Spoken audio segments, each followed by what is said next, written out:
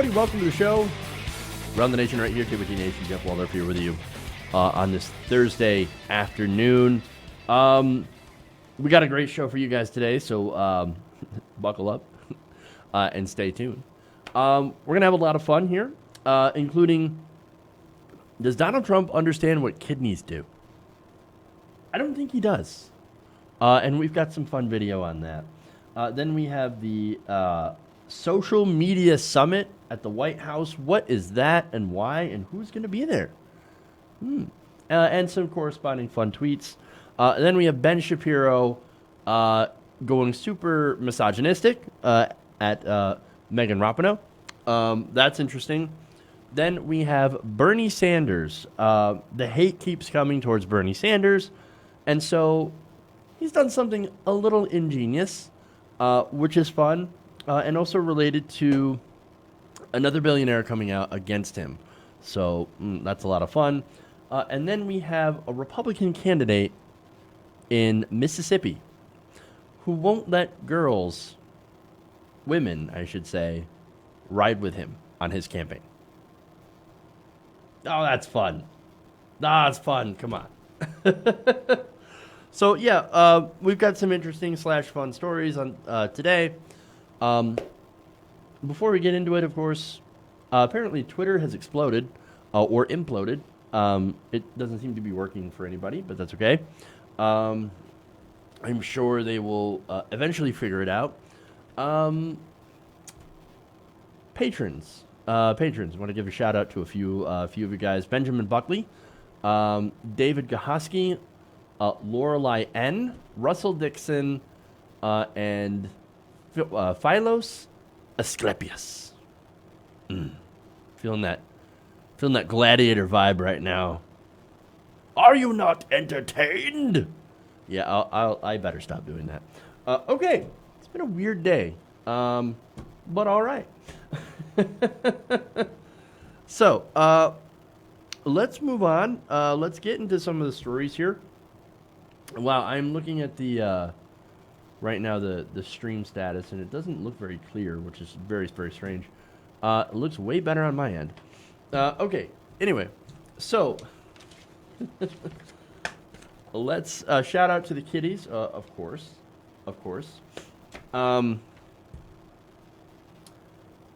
Yes, thank you, Lorelei or Valerie, for becoming a patron. I really, really appreciate it. You people like you are, helping keep the show alive. So, I mean, what else could I do other than thank you from the bottom of my heart for, supporting us and keeping the show alive. Thank you. Okay. Anyway, let's get into the kidneys, which are apparently located in the heart. Well, all right, let's do it. Need this.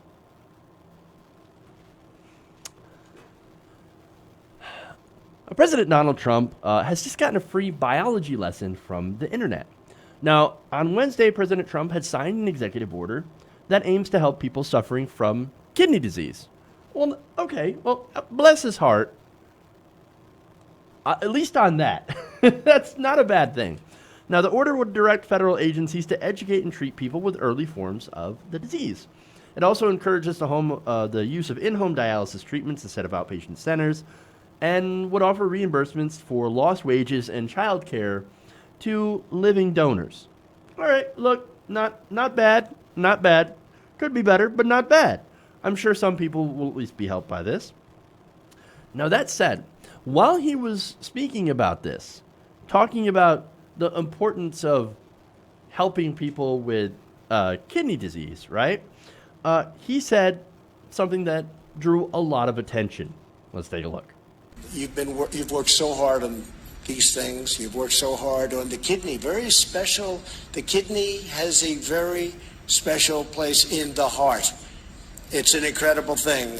People that have to go this, people that have loved ones that are working so hard to stay alive. They have to work so hard. There's an esprit de corps, there's a spirit like you see rarely on anything. So I just want to thank all of you folks for being here. It's really fantastic, and it's truly an exciting day for advancing kidney health in our country. The kidney has a very special place in the heart. It is an incredible thing. Wow. Now, I am no medical professional, but I'm pretty sure the kidney does not have a special place in the heart. It has a special place in the human body. It would not be located in the heart. Now, of course, let's be fair. Maybe he meant, the kidney health. It's got a special place in my heart. If you believe that. And so that's why I care so much about it, and that's why I'm doing this. Look, with Donald Trump, you never know. The guy's a walking gaffe machine. Again, he's not a very stable genius, all right, for one. So now, the internet, of course, offered their advice to the president, and also some corrections. Kofefe Jones says, the former surgeon, the only time I've seen the kidney having a special place in the heart was after a fall from a 6-story building. Yikes. God, interestingly enough, God weighed in, says, Trump thinks the kidney is part of the heart. I kidding you not. Terrible puns. I love it. Christopher Miller says, stay awake in anatomy class, kids. Walter Schaub says, so ridiculous. It's not the kidney that's in the heart. Everyone knows the groove is in the heart. Oh, that is like, I understood that reference. A lot of you youngins might not have. I'm not going to sing it. Don't make me do it. Trixie Martini said, I laughed so hard, my kidney popped out of my heart. You better put that back in. Very, very important. Very special place in the heart. Kevin Cruz says, I thought that this might just be clumsy phrasing, which is what I was saying. But the way he slows down and emphasizes in the heart makes me think, no, he believes the kidney is literally in the heart. Now, I don't know if you want to listen to that again. But okay, you know what? Now I am super curious. Does he slow down before he says in the heart?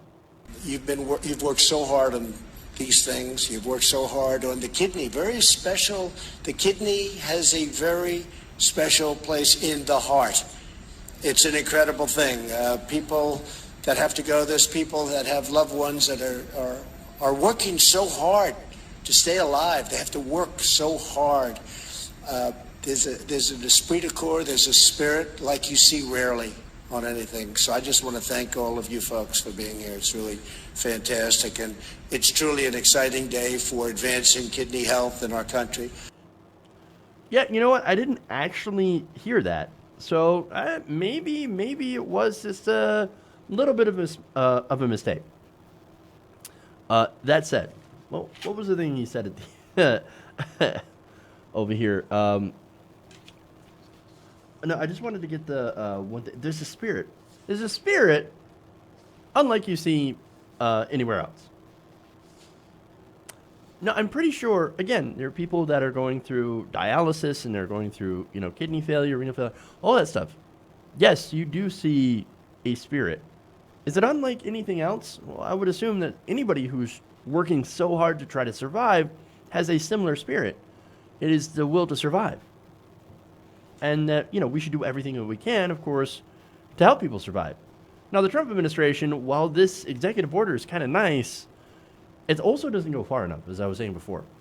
They should actually do things like, Medicare for all, single payer, to make sure that everybody has access, not just access, but everybody has health care, straight up.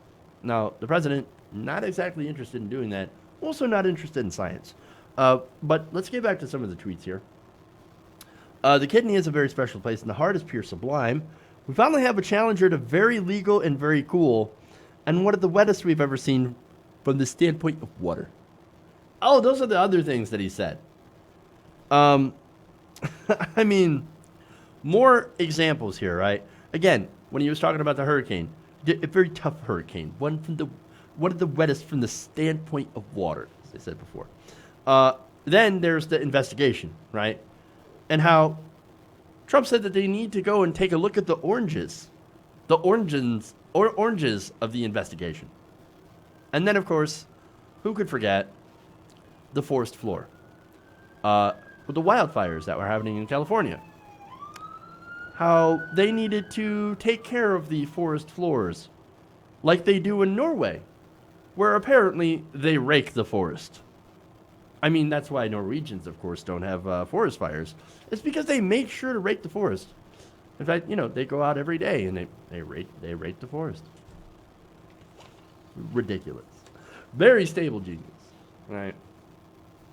Now, just in case Trump ever does see this, and that'll be the day, here's a quick overview of some of the functions of the kidneys and why they are really, really important. Apparently, some of the crucial functions the kidney does is that maintains overall fluid balance in the body. It regulates and filters minerals from the blood, very, very important. Creates hormones that help produce red blood cells, promote bone health, and regulate blood pressure. And while those things are very important, I repeat, they do not have a special place literally in the heart. Look, if it were just this one thing where he misspoke, okay, whatever. But this is a constant pattern of where he has no idea what he's talking about. None. 25th Amendment, folks. 25th Amendment. Okay.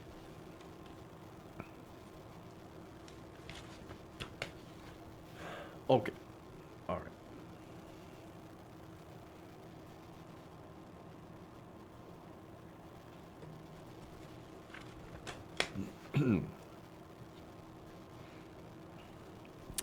Now, President Trump started his day like he starts many others, rage tweeting against the haters and the losers in the mainstream press. Now, what is different about today is that while he's doing it, he is also hosting what is called a social media summit. Now, what is very interesting is no social media companies were actually invited to this summit, so no Twitter, no Facebook, and that's kind of weird because you would think you would want to talk to the heads of these companies, especially if you have a grievance like you do Donald Trump. Now, though Facebook and Twitter weren't invited, I have a list of who was. And you're going to love this list, right? So first we have Bill Mitchell. Now, Bill Mitchell, if you're not familiar, he's a radio host who has promoted QAnon. You also have somebody named Carpe Dunctum, an anonymous troll who won a contest put on by InfoWars for an anti-media meme. You also have Ali Alexander, an activist who attempted to smear Kamala Harris by saying that she was not black enough or not an American black following the first presidential debates. You also have James O'Keefe, who's been described as a guerrilla journalist. He's the guy who basically ambushes people.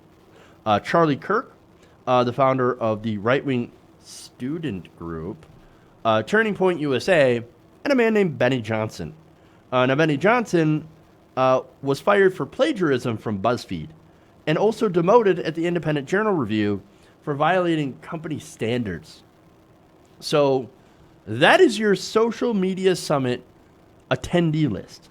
That is a real high-quality group of people, the best people, the best people, right? So now what is the subject? Social media bias against Donald Trump and his supporters. Of course. In fact, here's his tweets on it.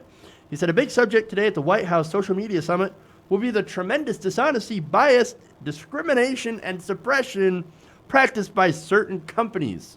Certain companies that you have declined to invite so that you can have a conversation about this. He also says, we will not let them get away with it much longer. The fake news media will also be there, but for a limited period. The fake news is not as important or as powerful as social media. They have lost tremendous credibility since that day in November 2016 that I came down the escalator with the person who was to become your future first lady. Which, by the way, she hasn't really done anything. When I ultimately leave office in 6 years, or maybe 10 or 14, they will quickly go out of business for lack of credibility or approval from the public. Now, does he realize that cable news has been dying for longer than he's president, right? I mean, look, the way that the reason that I say that, and the metrics that I like to look at, is who watches cable news, right? Well, right now, the demographics for most cable news outlets, for example, MSNBC is like 65 and older. The average viewer, Fox News viewer, is between the ages of 69 and 72. So you have cable news that is dominated by old people. Now, I want to go to a poll here from Pew Research, right? And they note that through their analysis, TV, they found, is the most popular source for adults age 50 and over when it comes to news. Now, just 16%, however, of 18 to 29-year-olds and 36% of 30 to 49-year-olds say they often get their news from the television. Now, what is the most popular among young people? Well, among the youngest adults, aged 18 to 29, social media is actually the most popular platform for news, and for 30 to 49-year-olds, websites are the top source. So, cable news, I mean, you look at that, the future is obviously online. So platforms, social media platforms like Facebook, Twitter, YouTube, those are the places where a majority of people tend to get their news. But people in Donald Trump's age bracket, and not only that, but of course you have a lot of older people that watch MSNBC, and that's why they're also misinformed when it comes to the Democratic primaries. You have these older people that watch these cable news that will eventually be dying off very soon, and they'll be taking cable news with it. So he's kind of right when he said, well, the fake news media, which not necessarily fake news, where it's, the cable news, again, is inevitably dying. Okay? So now it will be replaced by the internet being the top source. Now, he continues, Trump does, with an incredibly outlandish prediction. He said, quote, since the, cable news is dying, quote, that's why they will all be endorsing me at some point, one way or the other. That's a weird statement. They'll all be endorsing me. The cable news? The cable news will be endorsing you? Really? I mean, look, the only news station that is endorsing Donald Trump, despite their troubles, is Fox News. That's it. That's it. None of the other stations are endorsing really anybody. Now, if you're talking about who they're pushing, well, then you could make an argument that CNN is pushing people like Kamala Harris and Joe Biden. MSNBC definitely pushing either of those two or Elizabeth Warren. But nobody's going to be pushing Donald Trump. Nobody's going to be endorsing Donald Trump. That's insane. But here's his tweet on that. Could you imagine having Sleepy Joe Biden or Alfred Newman 99? I don't know who that is.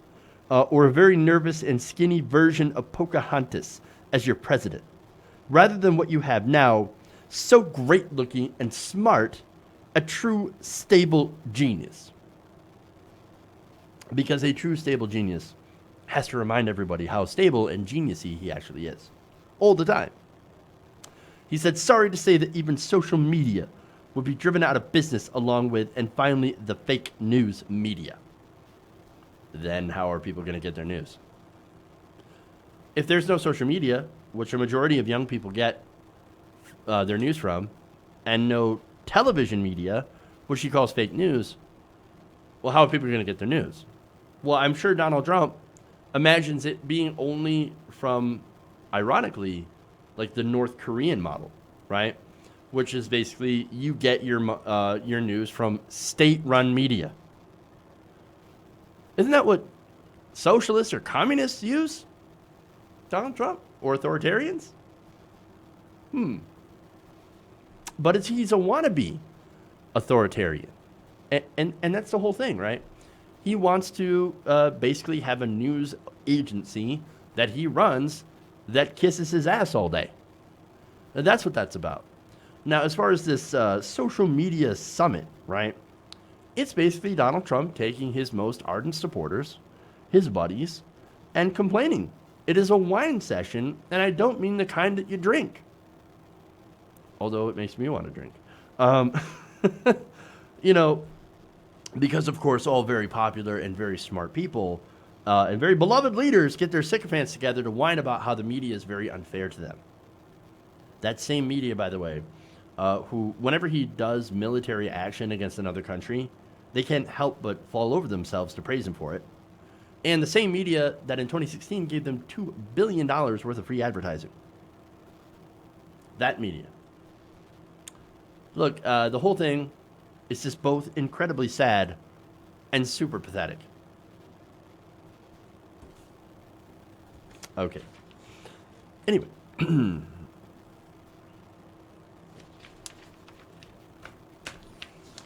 So let's switch over to talking about Ben Shapiro, because that's what everybody wants to talk about today.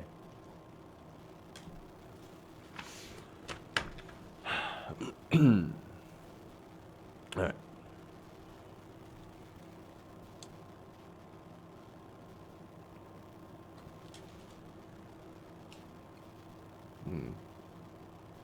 There we go.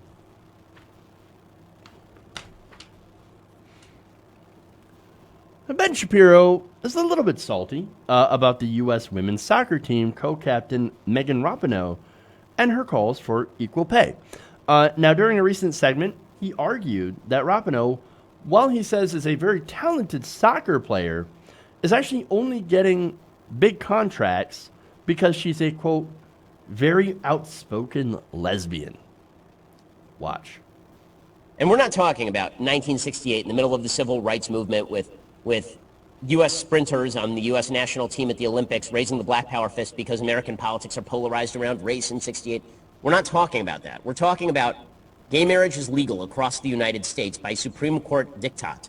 We are talking about Megan Rapinoe is getting $1 million contracts specifically because of her sexuality and because she is a very, very good soccer player. But let's not make any mistake. If she were a very good soccer player and she were not a very outspoken lesbian, she would be getting fewer contracts because she is seen as a political figure. She's sort of Colin Kaepernick, but with actual talent at her sport. So it's all of this is obnoxious, but we're supposed to pretend that actually she's quite charming and wonderful. That it is not obnoxious to live in the best time for women, in the best time for lesbians, in the best time for women's soccer in the history of the world, and in the best country in the history of the world for any of those things. We're supposed to pretend that actually she's a victim and America's a terrible place so that she can make more money, presumably. Pretty gross. Pretty gross indeed. And I mean, Ben Shapiro.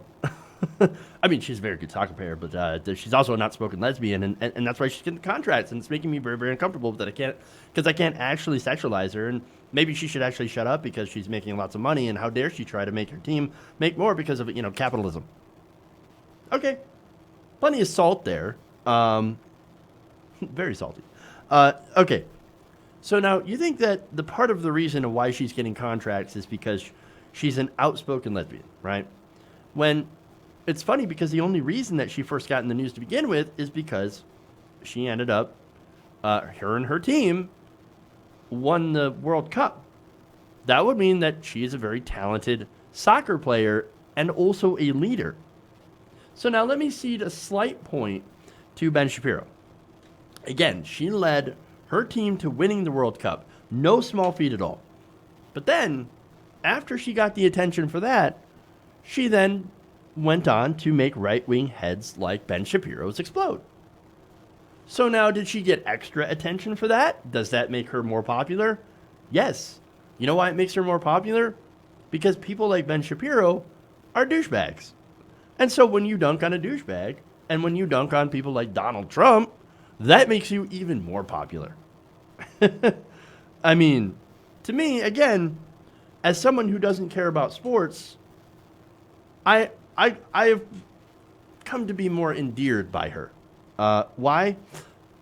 Again, because of the fact that she dunks on people like Ben Shapiro. And I feast on his tears. Just saying. Now, if you didn't notice, because of all the fast talking, right? he admitted that she was a very talented soccer player. And then later on goes on to say that she's not actually that great of a soccer player. He said, I certainly have no particular love for women's soccer, mainly because I care about skill level, and women's soccer isn't at the skill level of men's soccer, not really even teenage boys soccer in any case. She's a very good soccer player, but also not equivalent to a 13-year-old. Okay, Ben. You know what? I would love to see you take on Megan Rapinoe, or even 13-year-old boys.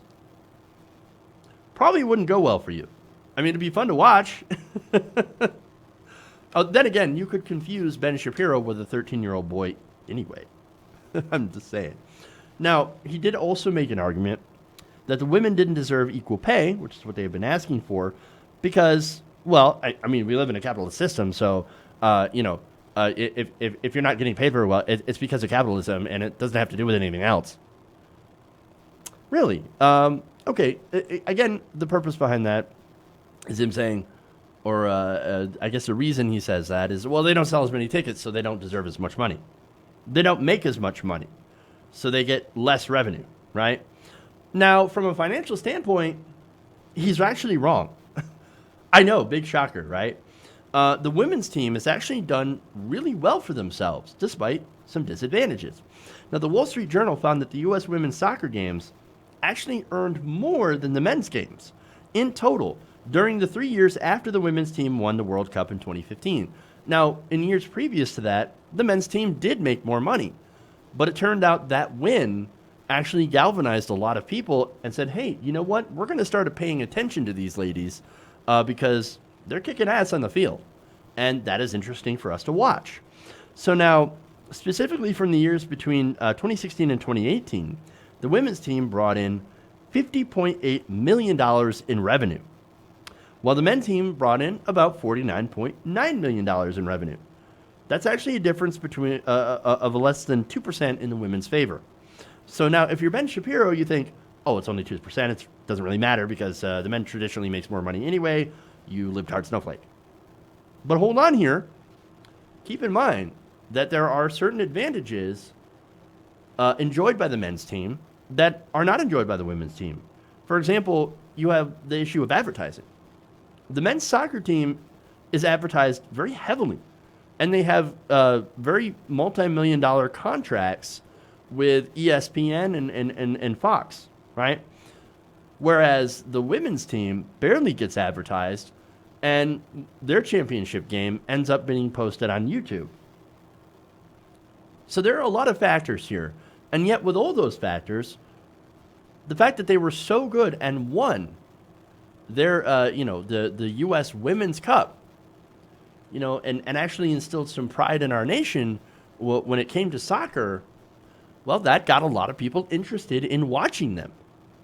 So it's a lot more factors and not having to do anything with skill level. So naturally, of course, social media, they decided to weigh in on this. And I just love these tweets. Julia Claire says, there's never been such a delicate, hypersensitive snowflake in the history of the world as Ben Shapiro. Noah Berlatsky says, Ben Shapiro, praised in the New York Times as a cutting-edge intellectual, shows his seriousness by attacking a star athlete for daring to be gay. Right, definitely. John says, same energy as Ben Shapiro begging AOC for a debate, which is so sad. Sleeping Giant says, and Ben Shapiro gets paid by advertisers in spite of the fact that it's a very outspoken bigot. Now, you want to talk about what is gross, by the way. Because his whole assumption here is, well, Megan Rapinoe, yes, she's a good soccer player and everything, but she's also outspokenly gay, and she is using her gayness in order to get better contracts to make more money. Whereas Ben Shapiro is using his 13-year-old boynish to try to get money from fossil fuel billionaires. I mean, you want to talk about who funds Ben Shapiro.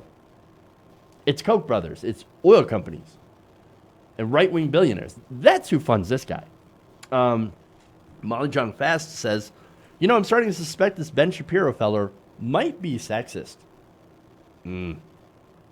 Darth Sweetums says, and add soccer to the list of things Shapiro likes to lecture on, but knows nothing about. And you know what? I also know nothing about soccer. I do not play sports. That's why I'm not lecturing you on sports. Jared Lipoff says, Rapinoe is roommates with AOC in the rent-free apartment in Beden's head. That's fun. And so finally, that's the final tweet. But one more thing to say here. It's almost as if there's something about, and this is what I've noticed from Shapiro and a lot of these, right wingers who argue against things like equal pay and all that. They just seem to have a problem, in general, with women. There seems to be something that bothers them so much about women asserting their rights, specifically women of color, and women who are of different sexual preferences than he is. I can't quite figure out why. I'm sure we'll never know. Okay, we're gonna take a break. We'll come back. We have billionaire donor versus Bernie Sanders. That is a fun story, including Bernie Sanders' anti-endorsement list, which is fun. And then we have the Mississippi State Representative that won't let female reporters into his truck. That's fun. So leave your super chats. I'll read those when we come back after the break. Also your comments, and we'll do that. Stay right here, Round the Nation.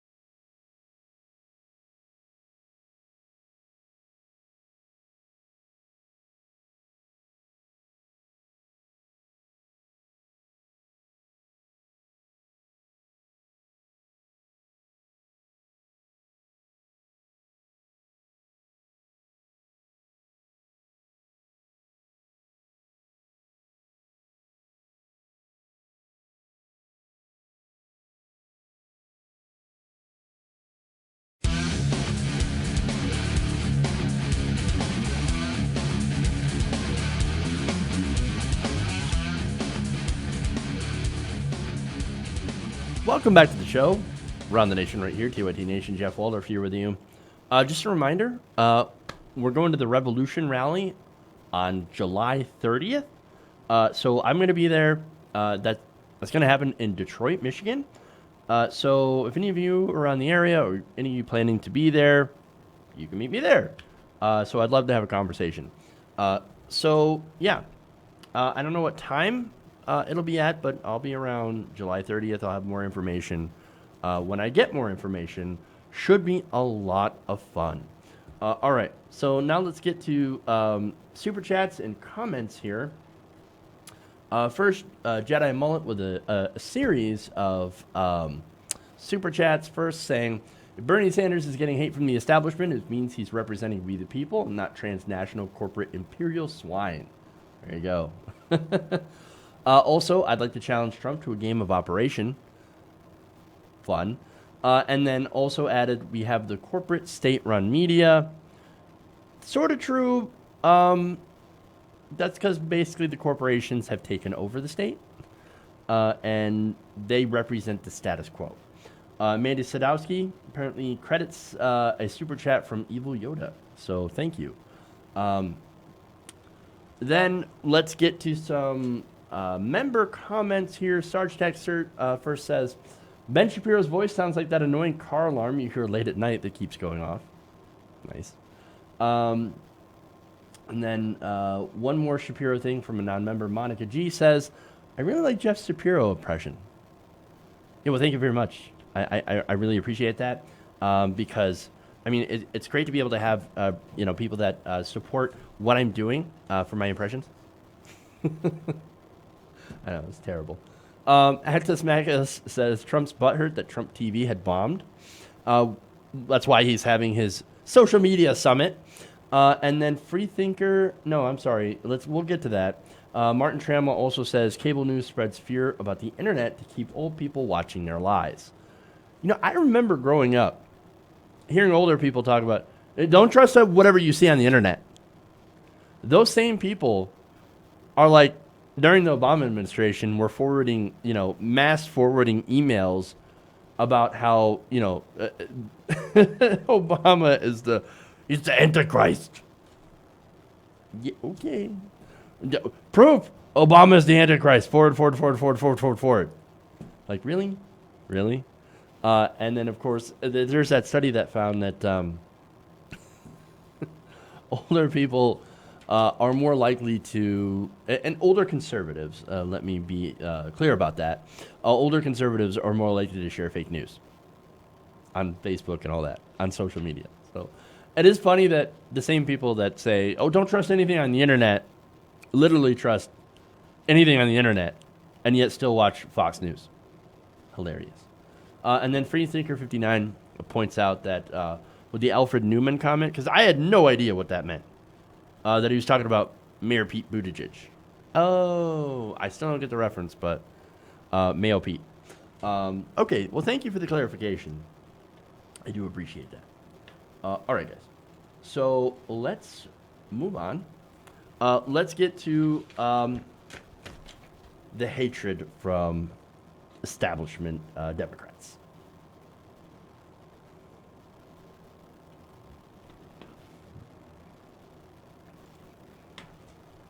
Okay.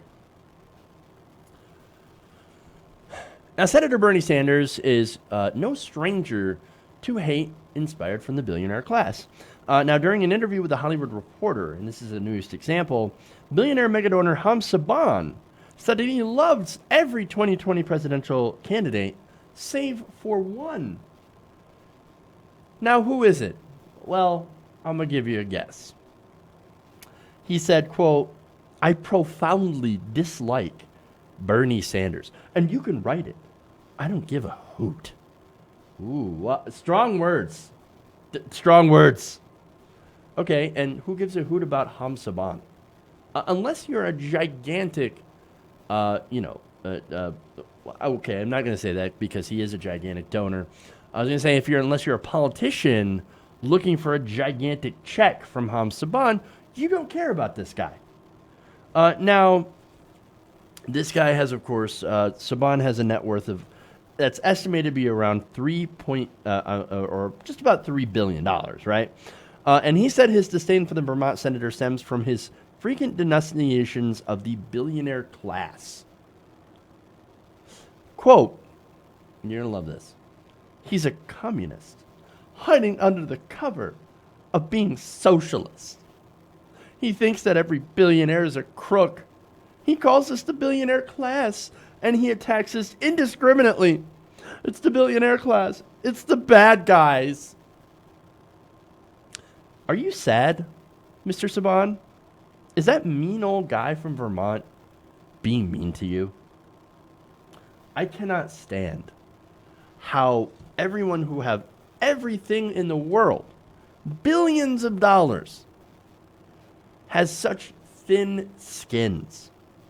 By the way, Bernie Sanders, of course he's wrong when he says that Bernie Sanders is a communist. No, he's not. He's not a communist, barely a socialist, right? No, what it is that he is a social democrat in the vein of FDR. Now, he believes in capitalism, but a form of capitalism that is heavily regulated and has strong Nordic-style safety nets. A welfare state, right? Now, are billionaires bad people? Is Bernie Sanders saying billionaires are bad people? No, he's not saying billionaires are bad people. He's saying that they have too much influence over the political spectrum. Now, if you ask me, are billionaires bad people? I would argue most of them are. Not all of them, most of them. After all, they are the ones that, again, are influencing our political system with campaign donations. And the reason that they're doing so is so that they can get a return on investment. So they can get more in tax breaks, subsidies, so they can basically hoard more money. Now, these billionaires are Koch brothers. So those are the basic examples of really bad billionaires. Now, the not so bad billionaires, but still ones that I don't want to see influencing our politics, are people like George Soros and Tom Steyer. Now, those people are invested in the status quo. They don't like Bernie Sanders' message of taxing the rich to pay for social programs. Popular social programs like an expansion of Medicare, an expansion of Social Security and free college, and also eliminating student loan debt. They hate that. Now, Tom Steyer, who is actually really good on the environment, just announced that he'll be running for president. And the question, of course, is why? Why? Now, again, he believes that he can buy the 2020 nomination. Again, I love his work on the environment, but I also hate that a handful of billionaires has such a massively outsized influence on public policy. And the reason is, of course, because, for one, I believe in democracy, right? I believe that all the people should have the same voice, right? When you have money in politics, when you have campaign contributions, our politicians will tend to listen to the people who give them the biggest checks. And that, of course, always is the business interests and the corporate interests and the very, very wealthy. And look, that influence that they have because of their money, they use to influence politicians against things like free college and Medicare for all. So I also hate that these same billionaires, some of them at least, have gotten their money by crushing their workers. A good example of that is Jeff Bezos. That's one example. There are plenty more.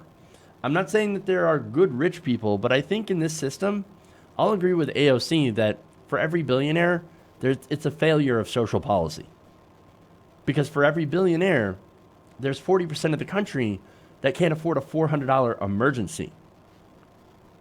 I mean, again, when you have such examples of extreme wealth where they don't know how to spend their money, they have so much money, they don't know what to do with, and yet you have half the country, nearly half the country, that can't afford an emergency, and about a little more than half the country that can't afford a $1,000 emergency. You have a system that is fundamentally broken. But it's not just for that reason, the fact that Bernie Sanders calls out the billionaire class is why Ham Saban does not like Senator Sanders. He actually also told the New Yorker in 2010 that he is a one-issue guy. Now, what is his issue? Israel. Now, Saban, and it makes sense in his context, he's Jewish, right? So now, Saban, who was Jewish, attacks Bernie Sanders, who was also Jewish. Now, why? Well, the reason has to do with Palestinian rights. Now, Bernie Sanders last year spearheaded a letter that called for humanitarian aid to the Gaza Strip. Because, God forbid, we treat Palestinians as human freaking beings. He said, Senators, for you to listen to Senator Sanders and accuse Israel of being the main culprit is outrageous, misinformed, offensive, and shows a lack of understanding of the region's basic fundamentals. Now, that is in response to a letter that Democrats, that Bernie Sanders had, put forward to Democrats. Democrats had signed into. Saban ended up emailing Secretary of State Mike Pompeo. Oh, no, I'm sorry, not Saban. Sanders emailed Mike Pompeo and told him to act urgently in order to help relieve the humanitarian crisis at the Gaza Strip. This was enough to get Saban incredibly angry over this. Now, what was happening at that time? Well, Sanders' letter, according to The Intercept, came amid a deadly Israeli response to a protest movement in the Gaza Strip. 3 days after the senator sent a letter, Israel fired on another round of peaceful protesters, leaving dozens dead and hundreds more wounded. That's what we have here, right? It's almost as if, as a human being, Bernie Sanders is opposed to an occupation that denies human beings of human rights. Weird. Apparently, you're not allowed to do that if you're Jewish. I don't know the rules. I'm not Jewish. I don't know the rules. But apparently, you can't criticize Israel, the right-wing government of Israel, at all. Look, Sanders is one of the few politicians that is able to stand up to the right-wing government of Israel, who's not, and by the way, the right-wing government of Israel under Benjamin Netanyahu is not interested in granting human rights to Palestinians or promoting peace in the region. They want a U.S.-led war against Iran and the ability to build settlements on other people's land without any repercussions. That is a move that the United Nations has condemned. Now, the Sanders campaign, of course, is very, very quick to welcome Saban's hatred. Here you have Josh Miller-Lewis, Sanders' digital communications director, who tweeted this out. You can tell who's doing a job by the enemies they make, and we've made a lot of enemies. That is a quote from Bernie Sanders. You also have speechwriter David Sirota tweeting this out. Siri, show me the hatred that we welcome. I love it. Now, what's funny is that all these billionaires and all these establishment figures that have come out against Bernie Sanders has led to their campaign releasing an anti-endorsements list. I love it. I love it. Now, after releasing this list, Sanders said in a statement, quote, you can tell who's truly fighting for working families by the enemies they've made, and we've made a lot of enemies. That is, of course, the quote that I referenced earlier, but more full and more in context. Now, who is on this anti-endorsements list? Well, obviously, they include Ham Saban, but also billionaire Home Depot co-founder Kenneth Langone, former CKA Restaurants CEO Andy Puzder, former Verizon CEO Lowell McAdam, JP Morgan Chase CEO Jamie Dimon, are you seeing a pattern here?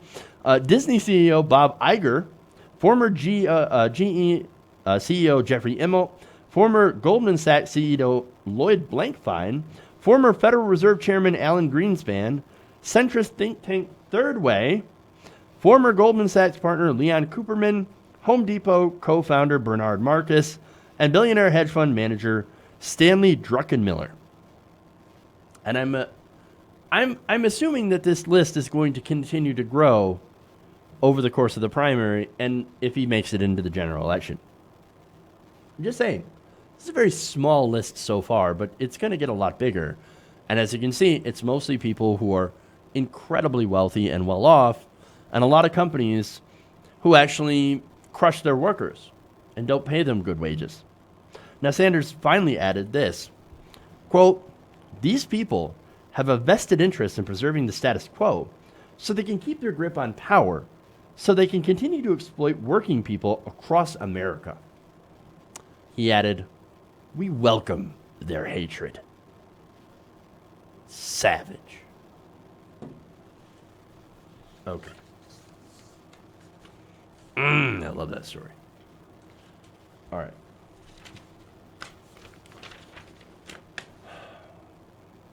The daughter of the Disney family does support Bernie. Abigail Disney. Yes, that is correct, too. She's like the only Disney heir that makes sense. And I love it. So she's one of the good ones. Okay. So now let's move on. Let's get to the final story here.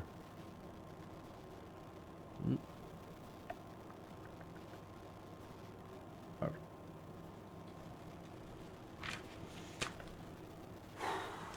All right.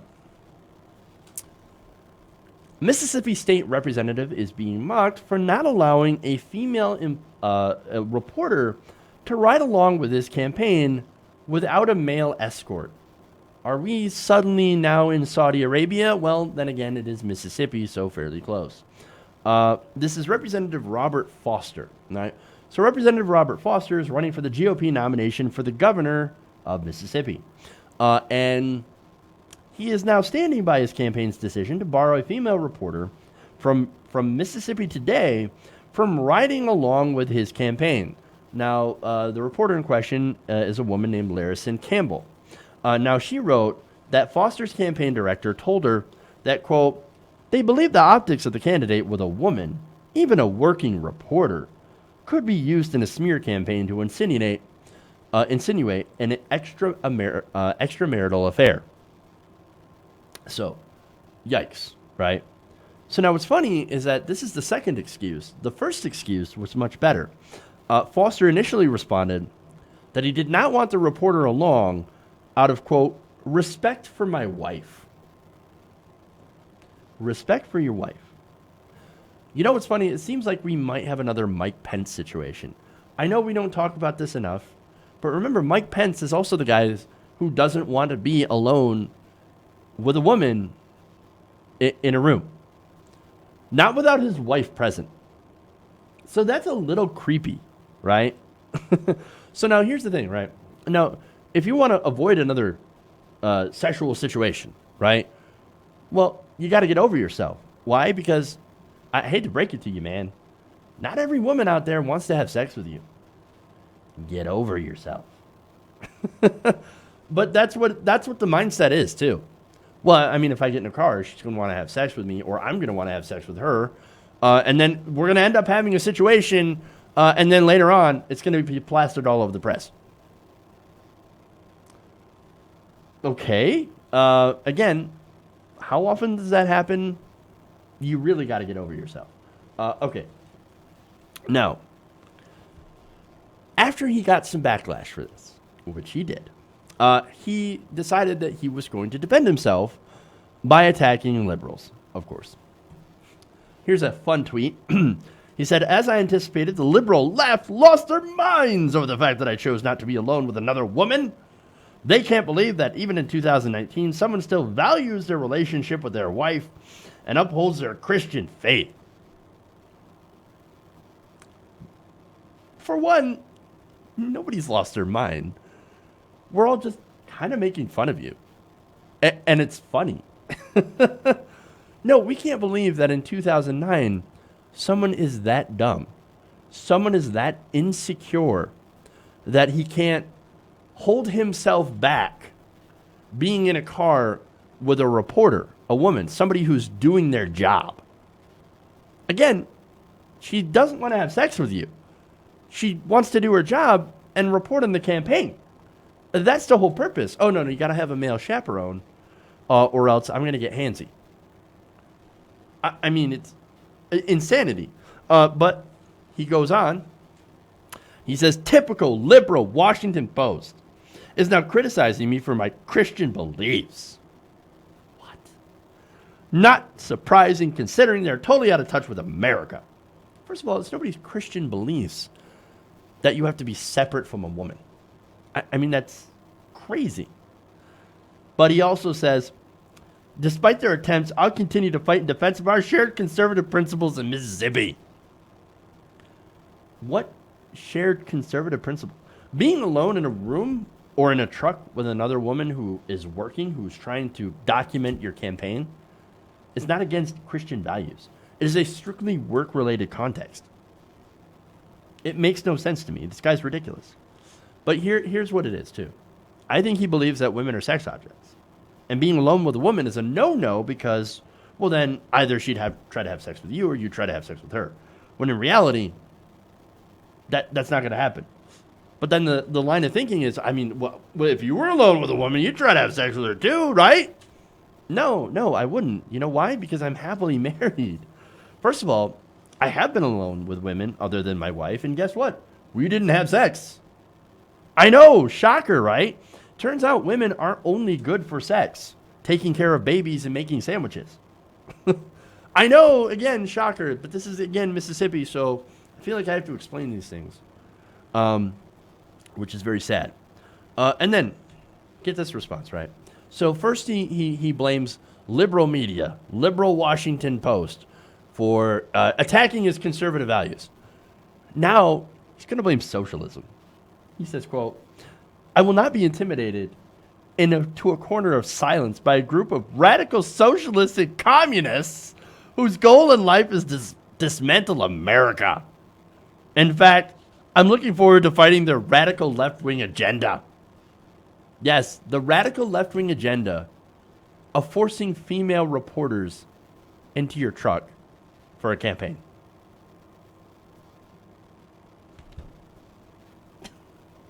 He also added, and this is fun on Twitter,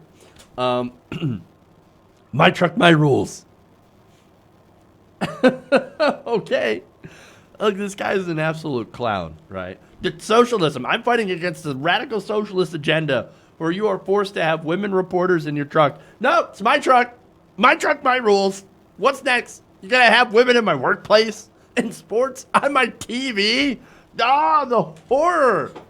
The horror.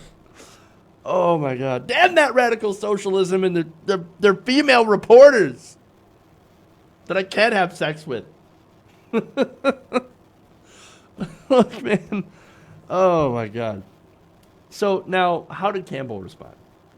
Well, she went on CNN and she said this, quote, you know, if a woman did this, if a female candidate did this, people would say, she's making men bring people along with her?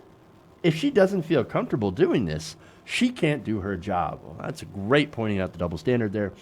And she asks, how can you do your job? How can you tell Mississippians that you will be a good governor if you can't even be alone in a room with a woman? Well, obviously, the answer to that is to scream radical socialism. My truck, my rules. Look, I don't know what's going on in their marriage. I don't know if there's some serious trust issues going on or whatever possibly might have happened in the past or how he feels about it. I don't know, man. But I want to tell you that it seems pretty insecure. These Republicans, man, these family value types, they're all clowns. All right. That's all I got for you guys today. Thank you for going around the nation with me. Please like and share the stream if you haven't already. Also, consider becoming a patron to support the show. Patreon.com/TYTNation or join as a channel member. You get shout outs and all that, and knowing that you support independent progressive media. All right, guys. Thank you all. Love you. And remember, change begins with you.